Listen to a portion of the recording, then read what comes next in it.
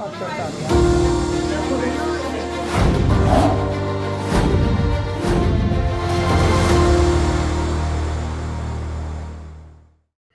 कुछ क्या होता है कि सिर्फ पोस्ट, फोटोज़, वीडियोज़ ही मतलब जानबूझ के वायरल नहीं किए जाते, गलत क्लेम के साथ या गलत संदर्भ में। कुछ कहानियाँ भी होती हैं जो झूठी बना के ना वायरल की जाती हैं। जैसे आपने ना ये वीडियो बहुत ज़्यादा वायरल हो रहा था और जब ये हमें फैक्ट चेक के लिए मिला तो हमने इसका फैक्ट चेक किया। इसमें क्लेम किया जा रहा था कि जो दवाई होती है, वो उसमें टिश्यू पेपर होता है जो हमारी जान के लिए खतरनाक होता है। तो जब हमने इसका फैक्ट चेक करा, तो हमने पाया कि ये टिश्यू पेपर ही है जो टैबलेट के रूप में आता है और इसको दवा का बता के ना सोशल मीडिया पे वायरल किया जा रहा था।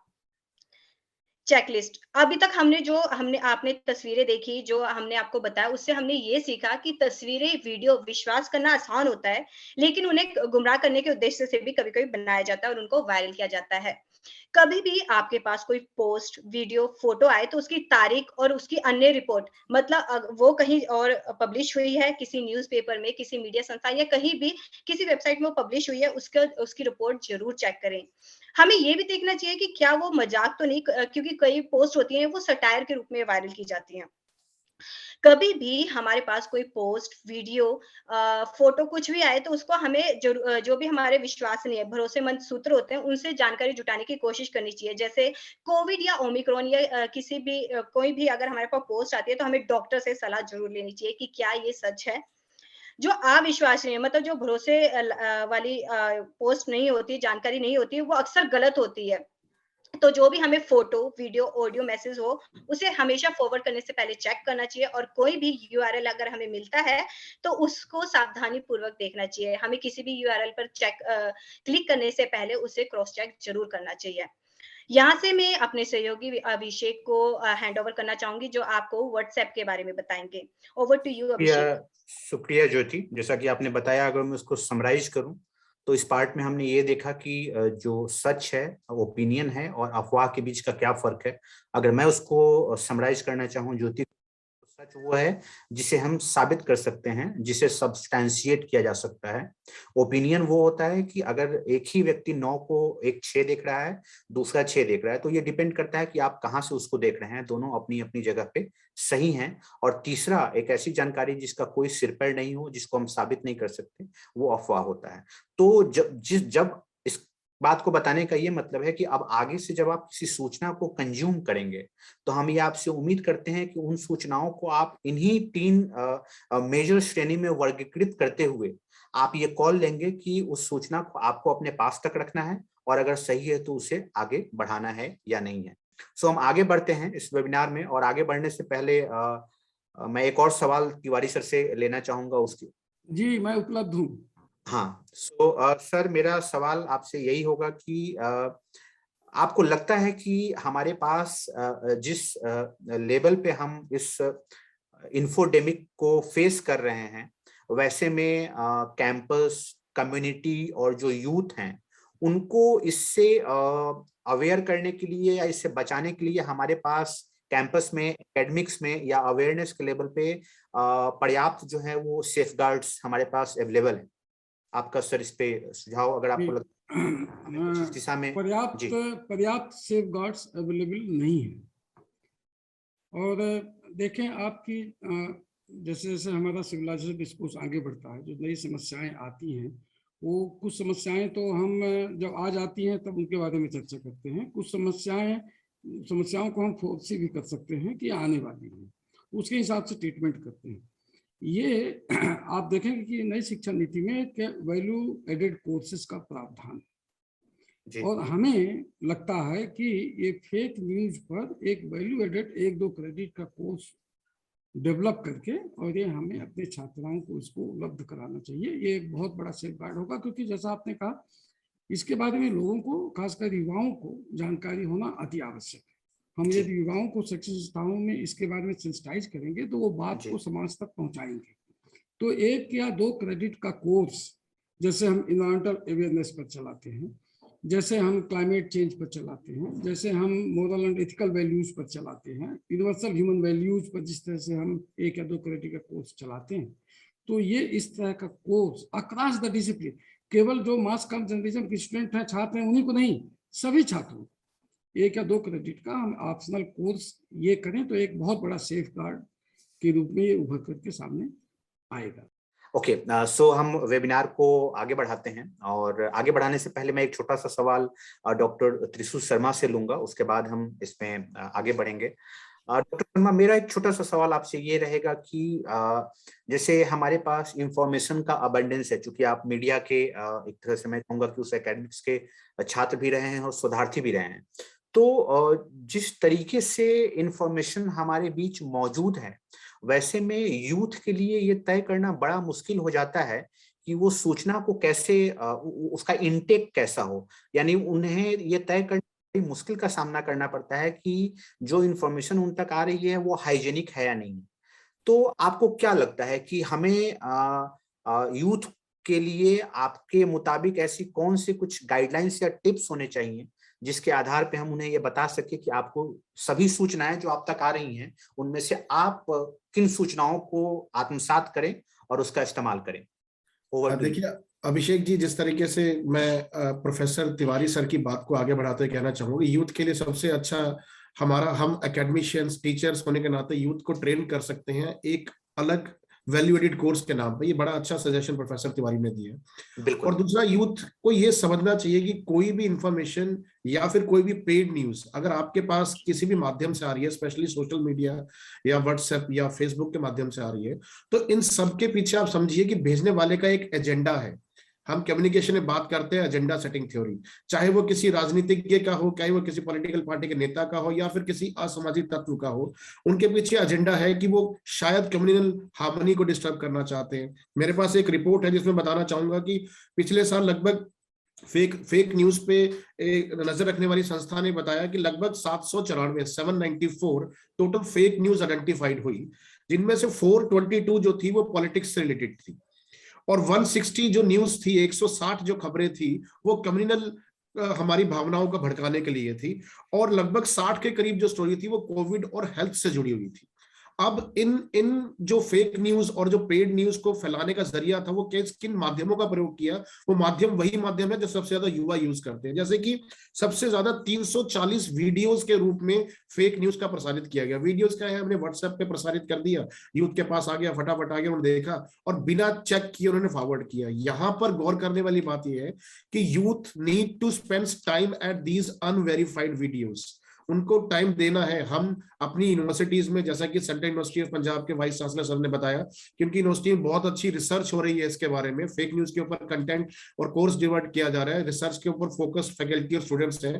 तो यही एक एनवायरनमेंट हमें एक यूनिवर्सिटी से हटकर भारत की सभी यूनिवर्सिटीज बल्कि स्कूलों में भी ले जाना पड़ेगा, ताकि फेक न्यूज के प्रति एक अच्छी फौज तैयार हो सके। ये फेक न्यूज हमारा एजेंडा सेटिंग इलेक्शंस में भी खराब करती है। इलेक्शंस में पॉलिटिकल पार्टी के नेता या जो आजाद पार्टी से लड़ रहे हैं या जो पॉलिटिकल पार्टी से लड़ रहे हैं, they want to spread their message in terms of gaining public appeal और सिंपैथी। तो ये बहुत गलत है। जैसा अभी हमें पूर्व मुख्य चुनाव आयुक्त सर ने बताया कि एक वोट भी आपका भविष्य बदल सकती है। तो ये युवाओं के लिए यही है कि उनके पास जो मैसेज आ रहे हैं उस पर टाइम लगाएं, उसको वेरीफाइड करें। वेरीफाइड करने के, जैसा अभी ज्योति मैडम ने बताया कि कई तरीके हैं, उनके थ्रू वो उनको वेरीफाई करें, बिना चेक किए, बिना टाइम स्पेंड किए उसको एज इट इज फॉरवर्ड ना करें। आपका फॉरवर्ड ना करना भी समाज के लिए बहुत फायदेमंद रहे। तो ये मेरा मैसेज फिलहाल इस यूथ के लिए। अभी जो आपकी बातचीत थी और जो हम लोगों ने जहां से बात की शुरुआत की, मुझे लगता है कि उसकी समरी यही थी कि हमें किस सूचना को आगे बढ़ाना है और सूचना को हमें अपने एंड पे ही खत्म कर देना है।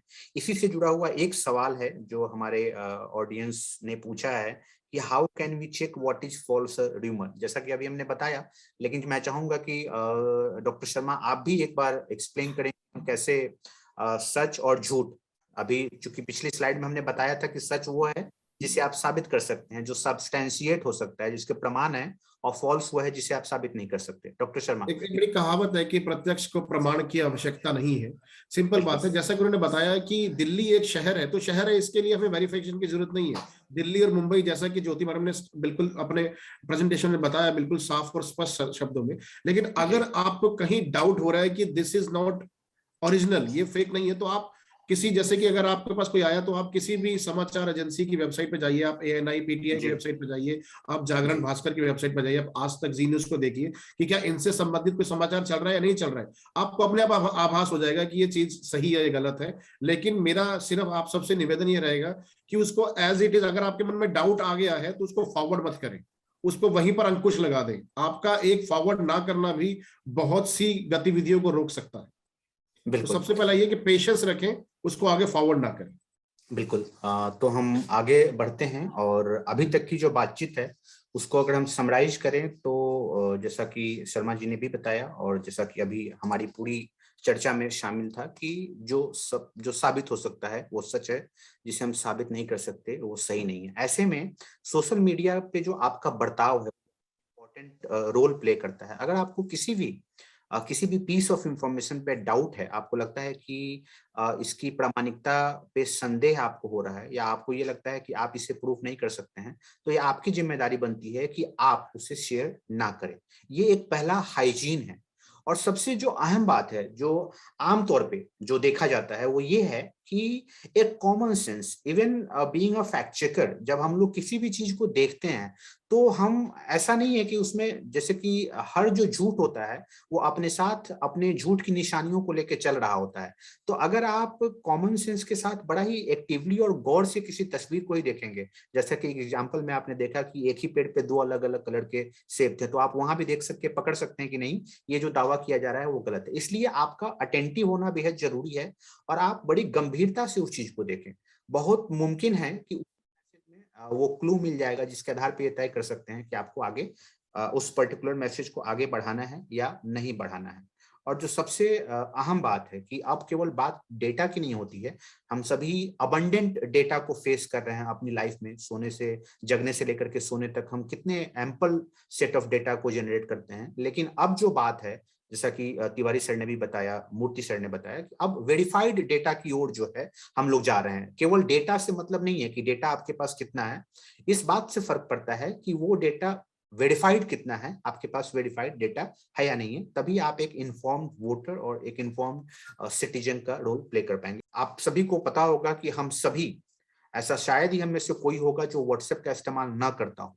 और व्हाट्सएप हमारे कम्युनिकेशन को जितना आसान बनाता है, ये उतना ही आसान उन लोगों के लिए है जो इंटेंशनली फेक न्यूज को स्प्रेड करते हैं। ये उनके लिए भी अपनी बात को तेजी से फैलाने का एक इम्पोर्टेंट और पावरफुल टूल है।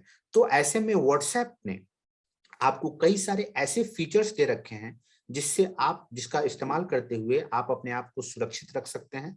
पहला जो आपने देखा होगा कि अगर कोई मैसेज आया है तो आपको उस पे, ये जो आपको लाल घेरे में दिख रहा है फॉरवर्डेड, वो ये साफ बता रहा होता है कि ये मैसेज किसी ने फॉरवर्ड किया है, यानी जिस व्यक्ति ने ये मैसेज आपको भेजा है, ये मैसेज उसने खुद जनरेट नहीं किया है, उसके पास भी ये कहीं से आया है, यानी ये मैसेज घूम रहा है, सर्कुलेट हो रहा है। और इसमें आप ये देख सकते हैं कि इस मैसेज को कब फॉरवर्ड किया गया। Next slide please. तो ये बताता है कि वो मैसेज ओरिजिनल नहीं है। विचारशीलता के साथ मैसेज भेजें। हमारे साथ डॉक्टर रूबल कनौजिया जी जुड़े हुए हैं, जो सेंट्रल यूनिवर्सिटी पंजाब से ही हैं। क्या आप हमें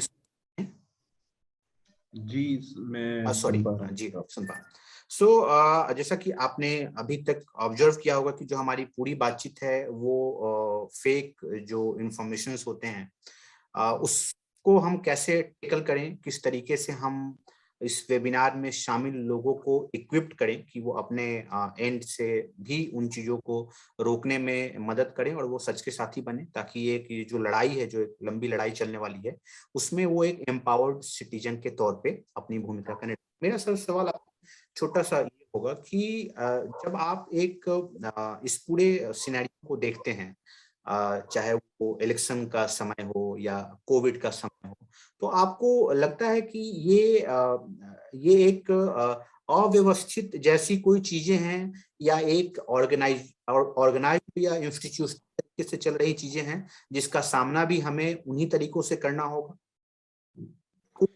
कौन से वो ब्रॉड पैटर्न नजर आते हैं जो लगता है कि एक अलार्मिंग पैटर्न है जिसके बारे में हमें बात करने की, जागरूक करने की जरूरत है? देखिए, हमने ना एक रिसर्च स्टडी करी अपने यहाँ डिपार्टमेंट से, और मतलब वर्ल्ड के बड़े अच्छे जर्नल में वो पब्लिश हुई।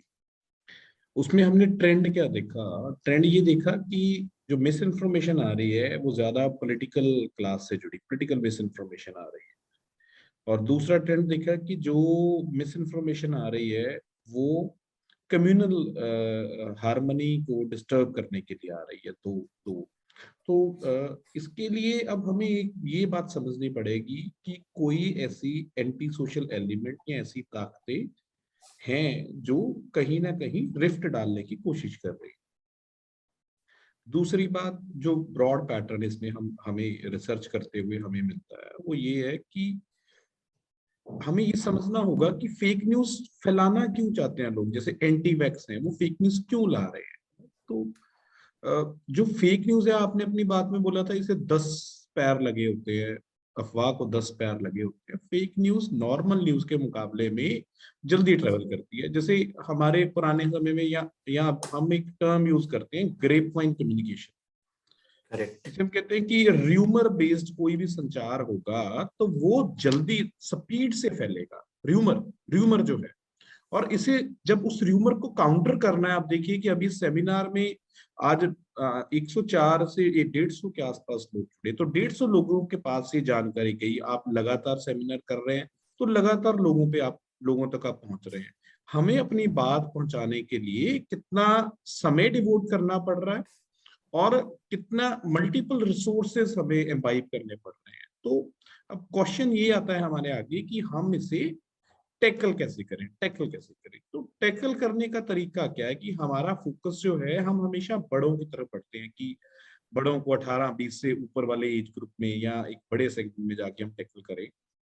अगर हम इसे, जो आपका ये जो कैंपेन है, I must compliment it because मैंने भी फेक न्यूज पे वर्कशॉप करी है। जो जानकारी जितनी सरलता से आपने उपलब्ध करवाई है, well, I must compliment it to your group कि जो आपकी ये 59 स्लाइड्स की प्रेजेंटेशन है, जितना सरल तरीके से आपने की फ्रेम को समझाया, आपने इनविट को समझाया, इतना सरल तरीके से चीजें नहीं बताई जा सकती। अगर हम इतनी सरलता से इन चीजों को स्कूल्स के करिकुलम में ले जाएं, अगर जैसे जागरण है, बड़ा ग्रुप है, इन्फ्लुएंशियल ग्रुप है, तो अगर स्कूल के करिकुलम में अगर हम इसे ले जाएंगे तो 12वीं के 12 साल की उम्र के बाद, 11 साल की उम्र के बाद अगर हम मीडिया लिटरेसी, इंफॉर्मेशन लिटरेसी या डिजिटल लिटरेसी अगर हम बच्चों को वहां सिखाएंगे, अगर हमारा फोकस वहां होगा, तो अल्टीमेटली ये एज ग्रुप जैसे जैसे जैसे प्रोसेस आगे बढ़ेगा तो लोगों में अवेयरनेस का लेवल बढ़ता जाएगा। ये एक कारण है। ठीक है। ये एक एलिमेंट और देखिए, वैक्सीन को लेके हमारी कंट्री में बहुत असाधारण काम हुआ। मतलब कितने देशों की बराबर जनसंख्या के बराबर हमने वैक्सीनेशन, जो हमारा गवर्नमेंट ऑफ इंडिया का टारगेट था, वो हमने कंप्लीट किया। अब उसमें एक देखने वाली बात है, जबकि एंटी वैक्स कैंपेन्स देखिए, एंटी वैक्स कैंपेन से आज कनाडा में समस्या आ रही है। लोग प्रोटेस्ट कर रहे हैं कि हम वैक्सीनेशन नहीं लगवाएंगे।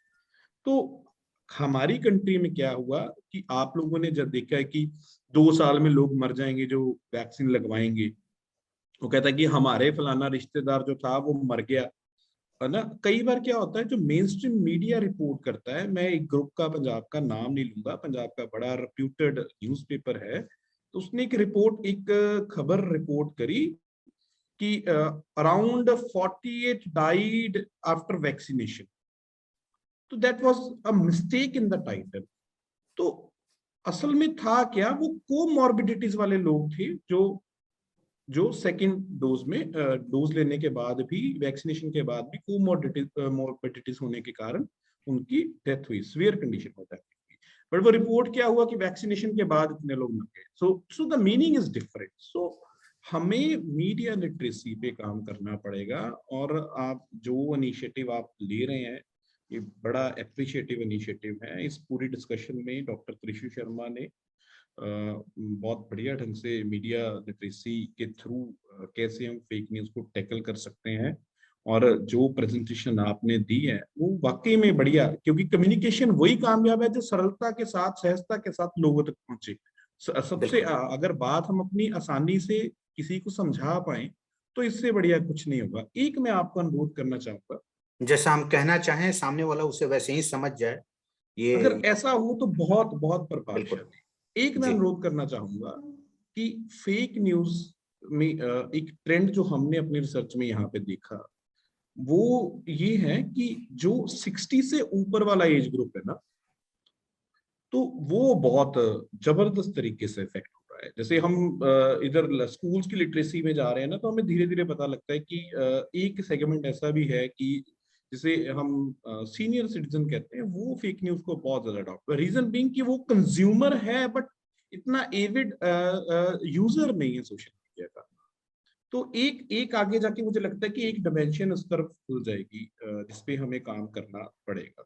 आगे बढ़ने से पहले तिवारी सर से एक छोटा सा सवाल रहेगा। तिवारी सर, आप हमें सुन पा रहे हैं? जी हाँ सर, चूंकि आप एक कैंपस को हेड कर रहे हैं और एक महती भूमिका होती है, एक निर्माण जिसको कहते हैं, हम सभी यूनिवर्सिटी से निकले हैं और हम सभी ने एक जो ड्यूटी होती है एज अ सिटीजन के तौर पे, वो सारी चीजें हम वहीं से ले करके और सीख करके निकलते हैं और फिर फर्दर उसको हम स्किलिंग करते रहते हैं, उसमें नई नई चीजों को हम जोड़ते हैं। वैसे में आपका जो आपकी सलाह और जो आपका सुझाव है, जो आपके कैंपस में पढ़ने वाले छात्र हैं, और बल्कि चूंकि कैंपस में हैं तो उन्हें आपको सुनने और देखने का मौका अक्सर मिलता होगा, लेकिन मैं चाहूंगा कि जो उससे बाहर के ऑडियंस हैं जो यहाँ पे मौजूद हैं, उनके लिए आपकी क्या सलाह होगी, क्या आपका ऑब्जर्वेशन होगा जो उनकी मदद करे इस तरह से एक इन्फॉर्म्ड सिटीजन के तौर पे अपने आप को ढालने का और बनाने का? जी अभिषेक जी, आपने बहुत अच्छा प्रश्न पूछा। देखिए, अभी NEP 2020 जो हमारी राष्ट्रीय शिक्षा नीति 2020 है, इसका मेन फोकस है मल्टी डिसिप्लिनरी होलिस्टिक एजुकेशन का, जिससे कि हमारे युवाओं में करेक्टर फॉर्मेशन हो सके और हम ऐसे नागरिक पैदा कर सकें जो अपनी राष्ट्रीय अस्मिता को ध्यान में रखते हुए अपनी संस्कृति को आगे बढ़ाने में का। तो इसमें जो multi disciplinary holistic curriculum framework जो बनने जा रहा है, UG का, अंडरग्रेजुएट प्रोग्राम का और PG प्रोग्राम का, उसमें इन सब चीजों का बड़ी संख्या में ध्यान दिया गया है। जैसे कि जो UG 4 years UG प्रोग्राम, अभी UG प्रोग्राम हमारे 4 साल के होने वाले हैं, 8 सेमेस्टर के, और ये करीब करीब 160 क्रेडिट के होंगे। तो इसमें से आप देखेंगे कि जो कोर्स है और जो मेजर इलेक्टिव है, इसके अलावा बहुत बड़ा कंपोनेंट इसका, करीब 30 से 35% कंपोनेंट इसका जो है इन्हीं सब चीजों पर है, जो कि समाज में जो व्याप्त तरह की समस्याएं हैं उनके बारे में हम कैसे, जैसे मैं अभी जिक्र कर रहा था कि हमारे विश्वविद्यालय में 2 क्रेडिट का फेक न्यूज पर ऑलरेडी कोर्स चला रहे हैं। तो इसी तरीके से अन्य विषयों को लेकर के, जिससे कि हमारे युवा सेंसिटाइज हो सके अपने देश की जो समस्याएं हैं उनके प्रति, समाज की जो समस्याएं हैं उनके प्रति, और उनमें एम्प्लॉयमेंट स्किल के साथ साथ जीवन जीने का कौशल भी उनमें विकास हो सके। इस तरह के करिकुलम फ्रेमवर्क का एक model syllabus university grants 4 years का यूनिवर्सिटी ग्रांट्स कमीशन में अप्रूव होने के लिए भी 12 तारीख को ये रखा गया था। इसमें आप कुछ सुझाव मांगे जाएंगे, पब्लिक डोमेन पर आएगा। इसी तरह से जो PG प्रोग्राम है उनमें भी मल्टी डिसिप्लिनरी होलिस्टिक एजुकेशन का प्रावधान कैसे बनाए, ये करना अति आवश्यक है, क्योंकि अभी तक जो फोकस था हमारे लर्निंग सिस्टम का, वो केवल कोर्स कंटेंट, जो विषय हम पढ़ रहे हैं उस विषय पर ज्यादा से ज्यादा हम सूचना अपने विद्यार्थियों को कैसे दे दें, इस पर ध्यान रहता था। अब इससे ध्यान हट करके इसके साथ अन्याय न हो, जो हम कोर्स कंटेंट है, जो कोर्स है, जो मेजर इलेक्टिव है, उनके साथ बिना कंप्रोमाइज के हम और इसका विस्तार करते हुए कैसे हम ऐसी एजुकेशन अपने युवाओं को दें कि जिससे कि वो देश के सच्चे नागरिक बन सके। इस पर हमारी नई शिक्षा नीति का पूरा जोर है, उसी पर university grants commission, ministry of education इस क्षेत्र में कार्य कर रही है। और ये एक बार लागू हो जाने के बाद आप देखेंगे कि इसमें अमूलचूल परिवर्तन हमारे लर्निंग सिस्टम में होगा और हमारे जो छात्र सही हिसाब से निकलेंगे वो कहीं ज्यादा इन सब चीजों के प्रति कहीं ज्यादा वो उनमें संवेदनशीलता होगी और देश का विकास होगा। ओके, शुक्रिया तिवारी सर। मैं दो तीन तरफ बिना आपके प्रश्न पूछे 2-3 चीजें बोलना चाहता हूँ। जी बिल्कुल। I'll take 1 minute। देखिए, टेक्नोलॉजी इज ग्रेट इनेबलर। एक बात ये, technology is great enabler, technology is great disabler. अभी आज तक की स्थिति ये है कि EVMs में जो सिक्योरिटी प्रोटोकॉल है वो बहुत रोबस्ट है, उसको तोड़ा नहीं जा सकता है, ये आज की स्थिति है। लेकिन इसमें हमें कॉम्प्लेसेंसी नहीं डेवलप करनी है, क्योंकि टेक्नोलॉजी बहुत फास्ट डेवलप हो रही है। तो हमें इसको कंटिन्यूअसली अपने जो सिक्योरिटी प्रोटोकॉल है ईवीएम्स का, उसको अपग्रेड करना पड़ेगा, जिससे कहीं से भी कोई थ्रेट ना हो। एक महत्वपूर्ण बात ये। दूसरी महत्वपूर्ण बात मैं ये कहना चाहता हूं कि आप देखें कि आज से 10 वर्ष पूर्व जो शोध पत्र प्रकाशित होते हैं उनमें प्लेगरिज्म चेक का कोई प्रावधान नहीं था 12-14 वर्ष पूर्व। आज बहुत सारे सॉफ्टवेयर डेवलप हो गए हैं जो प्लेगरिज्म को चेक करते हैं। पहले हमारा टर्निप आया, लेकिन वो 13 आया, लेकिन वो बहुत ज्यादा इफेक्टिव नहीं था। तो इसके बाद अभी उर्कुट आया, इसका भी एडवांस वर्जन नया सॉफ्टवेयर आ गया। तो ये समस्या अभी त्वरित है, लेकिन इसमें सॉफ्टवेयर डेवलपमेंट जो कंपनीज हैं उनका ध्यान देना चाहिए, क्योंकि इससे फेक न्यूज से बहुत बड़ा नुकसान हो रहा है देश का। तो इसके लिए हम कैसे सॉफ्टवेयर डेवलप करें कि कोई भी, आप जो अभी बता रहे हैं ये मेरे हिसाब से अभी प्रारंभिक तौर पर बहुत अच्छी है, लेकिन जिस स्तर से, जिस चतुराई से फेक न्यूज पोस्ट की जाती है उसको पकड़ने के लिए हमें बहुत रोबस्ट सॉफ्टवेयर की आवश्यकता है। तो इस सॉफ्टवेयर को विकास की तरफ सरकार के साथ साथ अन्य संस्थाओं का भी ध्यान देना चाहिए। और मैं अपने यहाँ प्रयास करूंगा कि हमारे यहाँ के जो कंप्यूटर साइंस एंड टेक्नोलॉजी का डिपार्टमेंट है वो एक प्रोजेक्ट प्रपोजल जमा करे फंडिंग के लिए, जिससे कि हम एक ऐसा सॉफ्टवेयर डेवलप कर पाए जिससे कि ये इस तरह की फेक न्यूज का डिटेक्शन, इमीडिएट डिटेक्शन हो सके। उसमें बहुत सारे मॉड्यूल्स, बहुत सारे फीचर्स एक साथ इंटीग्रेट करते हुए, तो इस तरह से एक अच्छा सॉफ्टवेयर बनेगा तो शायद इसमें मदद मिलेगी। और ये कोई असंभव कार्य नहीं है, क्योंकि जो असंभव था आज से 10, 15, 20 वर्ष पूर्व, वो अब सभी मैं आपकी बात में एक बात जोड़ना चाहूंगा जो अभी आपने कहा, क्योंकि हम सभी हमारे editor in chief Rajesh Upadhyay ji के अंडर में काम करते हैं और इस दिशा में वो भी जो है काम कर रहे हैं कि हम एक ऐसी ऑटोमेटेड चीजें हम लेकर के आए, चूंकि हमारे पास फैक्ट चेक आर्टिकल्स हैं तो उनको एक ऐसे डेटाबेस में रखा जाए जिससे कोई व्यक्ति कोई पर्टिकुलर कीवर्ड डाले और उससे रिलेटेड फैक्ट चेक या जानकारी उसको हाथों हाथ मिल जाए। So we as a team under him also working on this. और मुझे अच्छा लगा कि आपने ये एक पहल की है और हमें लगता है कि एक कैंपस में इस तरह की पहल, उसका एक जो इफेक्ट होगा वो बड़ा मल्टीप्लाइंग इफेक्ट होगा, क्योंकि वहाँ पे जो लोग हैं वो पढ़ के निकलने वाले हैं और वो केवल कैंपस तक सीमित नहीं रहते हैं, वो अलग अलग विधाओं के क्षेत्र में जाते हैं, वो उसे आगे बढ़ाने का काम करेंगे। जी तिवारी सर। जी थैंक यू। जी ओके। सो हमारे पास, शुक्रिया सर, शुक्रिया समय जी बेहद आभार आपका। हमारे पास कई सारे सवाल हैं, उस सवाल से पहले मैं एक छोटा सा सवाल डॉक्टर त्रिशु शर्मा जी से लेना चाहूंगा। मैं चाहूंगा कि आप, जी शुक्रिया। सो दरअसल हम सभी जिस इंफॉर्मेशन के एज में रह रहे हैं वहाँ पे बड़ा इंफॉर्मेशन ऑर्डर की बात होती है कि इंफॉर्मेशन कितना पावरफुल टूल है, चाहे वो न्यू वर्ल्ड इंफॉर्मेशन ऑर्डर की हम बात करें, जैसा कि वो एक विमर्श का एजेंडा सेटिंग जैसा कि आपने बताया।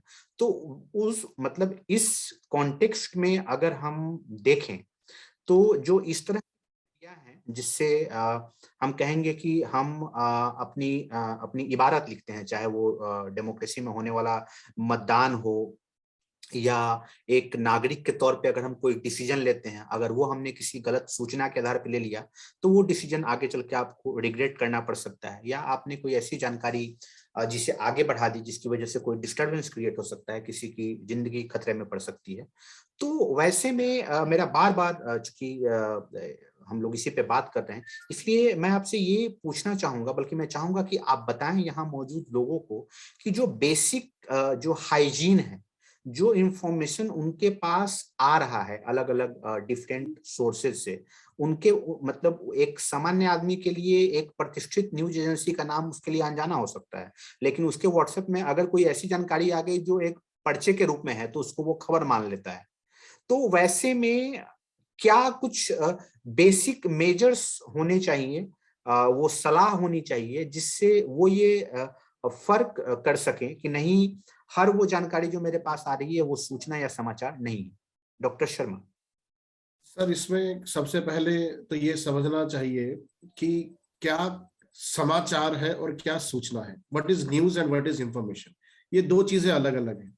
हमने काफी समय इस पर बात की फेक न्यूज के बारे में, तो कहीं जगह थोड़ा सा अनछुआ रह गया पेड न्यूज। पेड न्यूज भी उतना ही खतरनाक है जितना हमारा फेक न्यूज खतरनाक है। बिल्कुल बिल्कुल। जैसा प्रोफेसर तिवारी सर ने कहा और डॉक्टर रूबल सर ने भी कहा, तो मैं एक ये कहना चाहता हूं कि रिसर्च शोध एक माध्यम है। जैसे डॉक्टर रूबल ने बड़ा एक अच्छा पॉइंट कहा कि हम यूथ को तो टारगेट कर रहे हैं, उनको शिक्षित करने के लिए, मोटिवेट करने के लिए, जागरूक करने के लिए, बट एक सीनियर सिटीजन का तबका रह गया, तो उस पर फोकस नहीं किया। तो मैं चाहता हूं कि सेंट्रल यूनिवर्सिटी पंजाब या और यूनिवर्सिटीज कुछ स्कूल्स के लिए, कुछ अदर यूनिवर्सिटीज के लिए मेंटरशिप प्रोग्राम करे, जिससे और लोगों को अपने साथ जोड़ा जा सके। जन जागरूकता, इसको एक अभियान बनाना पड़ेगा। सबसे पहले लोगों को ये, जैसे कि बताया यहाँ पर उपस्थित विद्वानों ने, कि हमें इंफॉर्मेशन स्कूल लेवल से स्टार्ट करनी पड़ेगी। मीडिया लिटरेसी, इंफॉर्मेशन लिटरेसी, उनको बताना पड़ेगा कि समाचार क्या है और सूचना क्या है। ये फर्क समझना पड़ेगा और समझाना पड़ेगा। जो आपके पास आया वो समाचार नहीं है, वो एक सूचना भी हो सकती है, और वो सूचना भी गलत हो सकती है। तभी हम मिस इंफॉर्मेशन, डिस इंफॉर्मेशन की बात भी करते हैं। फेक न्यूज अपने आप में, फेक न्यूज कहना बड़ा सरल है, बट फेक न्यूज को प्रमाणित करना उतना ही कठिन है। अब इसका इलाज क्या है? इलाज हमने इस पूरे सेमिनार में, इस पूरे वेबिनार में बताया कि इलाज क्या है। सबसे अच्छा इलाज है जागरूकता। कि आप, सबसे अच्छा इलाज है कि आप देखें, जाने, समझे, परखें, उसके बाद डिसीजन करें। मैंने कहा कि ऐसा कुछ नहीं है कि हमें फॉरवर्ड करना ही है तभी हमारी तबीयत ठीक होगी। और जैसा कि डॉक्टर रूबल ने बताया कि रिसर्च बेस्ड, जैसा मैंने भी बताया कि एक वेबसाइट जो इसके ऊपर नजर रखती है, बताती है कि ज्यादातर जो फेक न्यूज है वो पॉलिटिकल बेस्ड है। उसके बाद कम्युनल राइट्स पर बेस्ड है। फिर नंबर 3 पर ये हेल्थ रिलेटेड इश्यूज और कोरोना वाले आइटम्स आ जाती हैं। तो कहीं ना कहीं समाज में ऐसे तत्व हैं जो अराजकता फैलाना चाहते हैं, और उसका एट प्रेजेंट एक ही इलाज है, जागरूकता, जागरूकता और जागरूकता।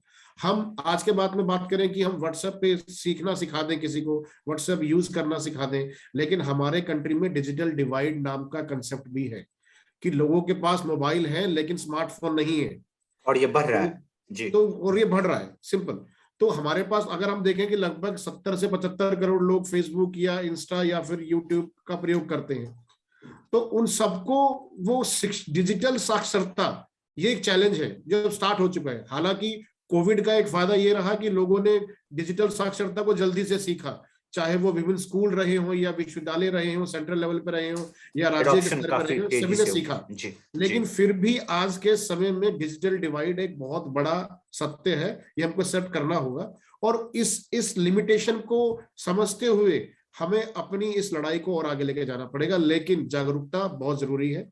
जो एक नया बच्चा, 14-15 साल का बच्चा जिसने व्हाट्सएप, यूट्यूब, फेसबुक इस्तेमाल करना अभी शुरू ही किया है, या नया पहली बार उसने स्मार्टफोन यूज करना शुरू किया है, तो उसको पता होना चाहिए, उसको उसके पेरेंट्स के थ्रू, उसको उसके टीचर्स के थ्रू, स्कूल्स में, कॉलेज में, यूनिवर्सिटीज में, they have to make them aware कि you have to have patience before forwarding any information to the mass. आप व्हाट्सएप में लिमिटेशन तो लगा दिए कि 5 लोगों तक फॉरवर्ड कर सकते हैं, लेकिन अगर आप 5 ग्रुप में फॉरवर्ड कर सकते हैं तो आपने 1000 लोगों को फॉरवर्ड कर दिया। तो ये इनको बताना है, ये उनको जानना है। तो सबसे अच्छी ही जो इसका जो उपाय है वो ये है जागरूकता और अपने ऊपर पेशेंस, कि हम जांच ले, परख ले, तभी आगे बढ़े। यही इसका इलाज। शुक्रिया डॉक्टर शर्मा। हमारे साथ हमारे सहयोगी दैनिक जागरण के चंडीगढ़ से senior city chief reporter Sumit Sherao ji जुड़े हुए हैं। दरअसल एक है और मुझे लगता है कि ये ऑडियंस का सवाल आपसे ही पूछा जाना चाहिए, क्योंकि आप इसका बेहतर उत्तर दे सकते हैं। आप रिपोर्टिंग के पेशे में, और आपको पता है कि लॉ इन्फोर्समेंट एजेंसीज कैसे काम करती हैं। एक सवाल ये है, मनोज कुमार ने पूछा है कि अगर किसी मैसेज से किसी को सीधा नुकसान नहीं होता है और फिर भी कोई शिकायत करना चाहे तो उसके लिए क्या प्रावधान है, उसके लिए कौन कौन से platform, I think legal recourse और उसकी बात कर रहे हैं। तो मैं चाहूंगा कि इसका आंसर आप दें। देखिए, एज ए रिस्पॉन्सिबल सिटीजन होने के नाते हमारा फर्ज बनता है कि हमारे सामने कुछ भी अगर गलत हो रहा है, कि वो हम रिपोर्टिंग की बात करें या वैसे भी जर्नल हो, तो हम आंख बंद नहीं कर सकते हैं। बीइंग ए रिस्पॉन्सिबल सिटीजन, हमें अगर कोई भी चीज, कोई फेक न्यूज है या कुछ इस तरह का आपको लगता है, तो हमें इस तरह को रिपोर्ट करना चाहिए। इसमें आपको पता ही होगा, आजकल साइबर सेल्स हैं, पुलिस डिपार्टमेंट के अलग से सेल्स हैं, एडमिनिस्ट्रेशन के अलग कुछ साइट्स हैं इस पे। तो मुझे लगता है कि अगर कभी भी कुछ आपको लगता है कि इस तरह की कोई फेक न्यूज़ है जो कम्युनल हार्मनी को डिस्टर्ब कर रही है, तो जरूर इनिशिएटिव लेना चाहिए, क्योंकि अगर हर आदमी ये सोचेगा कि मैं नहीं, तो आगे कौन आएगा? किसी न बिल्कुल। किसी को आगे आना पड़ेगा। ये हमारा एक सामाजिक दायित्व है।